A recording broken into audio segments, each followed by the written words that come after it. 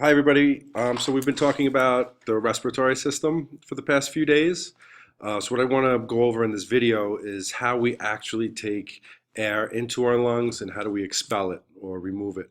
So I just want to take a look at this diagram. So here we have a picture of our respiratory system. Here is the trachea, and you can see the rings of cartilage that wrap around. And if you remember, the rings of cartilage help keep the trachea open during inhalation and exhalation so that it doesn't collapse on itself. And then down here, we can see where the trachea splits.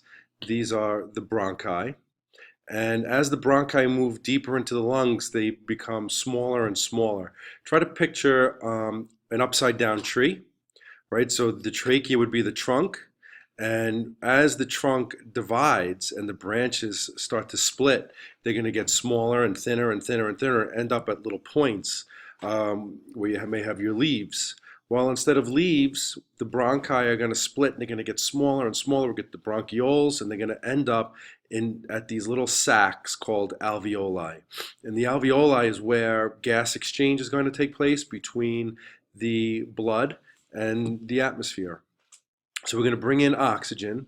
So when we inhale, the oxygen is going to fill these alveoli. And if you look around the outside of the alveoli, you're going to have capillaries. And the red is representing oxygenated blood, and the blue is representing deoxygenated blood. So which way do you think it's traveling? Do you think the blood is coming in this way to go around the alveoli and come out here? Or do you think they're coming this way? Well, if you said they're coming through this way, you're correct, because the reason the blood is going to the lungs is to get rid of the carbon dioxide and get oxygen. So the oxygen poor blood is coming in, and it's going around the alveoli.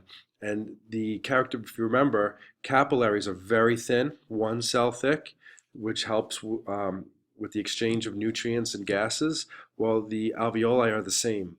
So when they fill with oxygen, the oxygen is going to diffuse into the capillaries, and the capillaries are going to be filled with carbon dioxide, and the carbon dioxide is going to diffuse from the capillaries into the alveoli. And then when we exhale, we're exhaling predominantly carbon dioxide. So when the blood leaves, it's going to be oxygen rich and carbon dioxide poor. So what I want to look at next is how do we actually bring in the oxygen and expel the carbon dioxide. So if we go to the next slide, here we could see the respiratory system again, but now we see a new structure here called the diaphragm. And this is a muscle. And it's also showing you the rib cage and the muscles between the ribs here. And when we inhale, what's happening is the diaphragm is going to pull down, and the rib cage is going to expand out, and it's going to cause air to come in. So I have this apparatus here that I want to show you. This plastic part is representing the rib cage. Unfortunately, this doesn't move, but the diaphragm here on the bottom, this thin piece of plastic, will represent the diaphragm, this muscle here. So when I pull down, right, and the balloons are representing the lungs, when I pull down, look what's happening to the balloons. They're filling up with air. When I push up, they deflate, and there's a little hole. I don't know if you can see the hole. Right? So that's where the air is entering in. So this would be like the trachea.